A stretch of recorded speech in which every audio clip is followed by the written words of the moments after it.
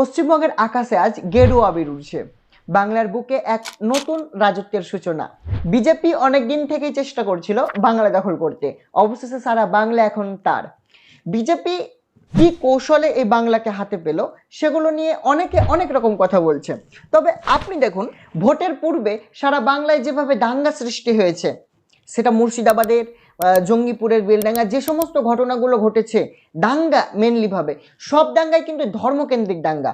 এই ধর্মকেন্দ্রিক দাঙ্গাগুলোতে এক শ্রেণীর মানুষের প্রতি অন্য শ্রেণীর মানুষের যে একটা ভয়, সেটা কাজ করেছিল, যার ফলে নিজেদের অস্তিত্ব রক্ষার ক্ষেত্রে প্রত্যেকে একত্রিত হয়ে বিজেপিকে ভোট দিয়েছে।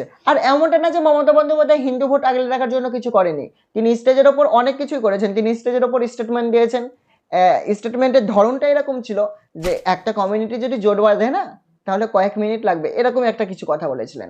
তো তিনি এখানে নিজে মাসে আসতে চেয়েছিলেন, যার ফলে আজ অন্য কমিউনিটিরা একত্রিত হয়ে তিনার এই অবস্থা করেছেন। আর তাছাড়া বিজেপি জেতার সব থেকে বড় কারণ হচ্ছে মমতা ব্যানার্জির হার।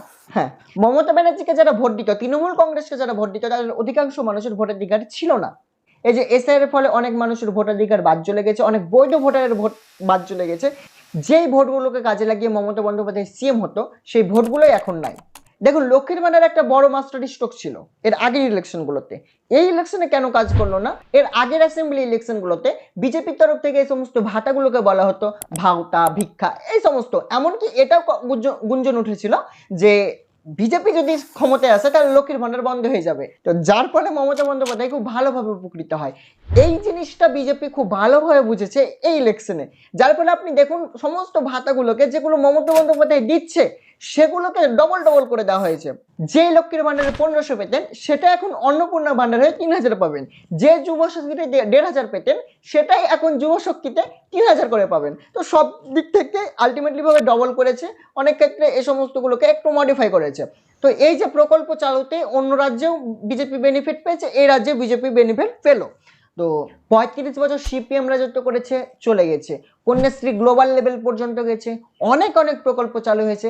তারপরেও 15 বছরের সীমাবদ্ধ থেকেছে মমতা বন্দ্যোপাধ্যায়ের সরকার। এখন দেখার পালা বিজেপি এই সুন্দর বাংলাকে কাজে লাগিয়ে কতটা উন্নয়ন করতে পারে এই বাংলার।